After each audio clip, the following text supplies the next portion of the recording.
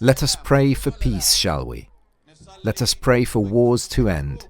Enough killing, enough war, enough violence. The Children Without Borders Academy organized its annual march, Children Without Borders for Unity and Peace, after a 2-year interruption caused by the war. The march started from the Catholic Action Square led by Father Ibrahim Faltas, passed through Star Street in the old city of Bethlehem, and reached the square of the Church of the Nativity with wide participation by hundreds of children and national official institutions. I come from the Children Without Borders Academy. We took part in this march to convey a message of love and peace. People from Bethlehem and from many other areas participated. I enjoyed taking part in this march to send a message to the children of the world. We must live without wars.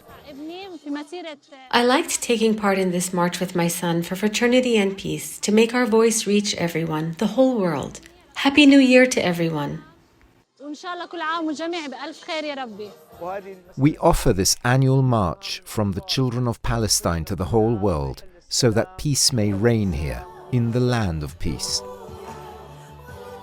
This march took place within the atmosphere of the festivities and the gradual return to normal life in the city of Bethlehem, after years marked by war. The initiative expresses a strong message from children to the international community. Peace and unity remain a priority, despite the difficult humanitarian conditions. It is also a sign of solidarity with the children of Gaza, who continue to suffer the consequences of the conflict. Children Without Borders is a football academy with a team that plays in the Palestinian Championship, called Capital of the Nativity. The academy is present in Gaza, Jerusalem, Jericho, Taibe, Beit Jala, Beit Sahur and Bethlehem. It includes more than 1,000 boys who play football. These are the young people of the future. They are the ones who will build the future of Palestine.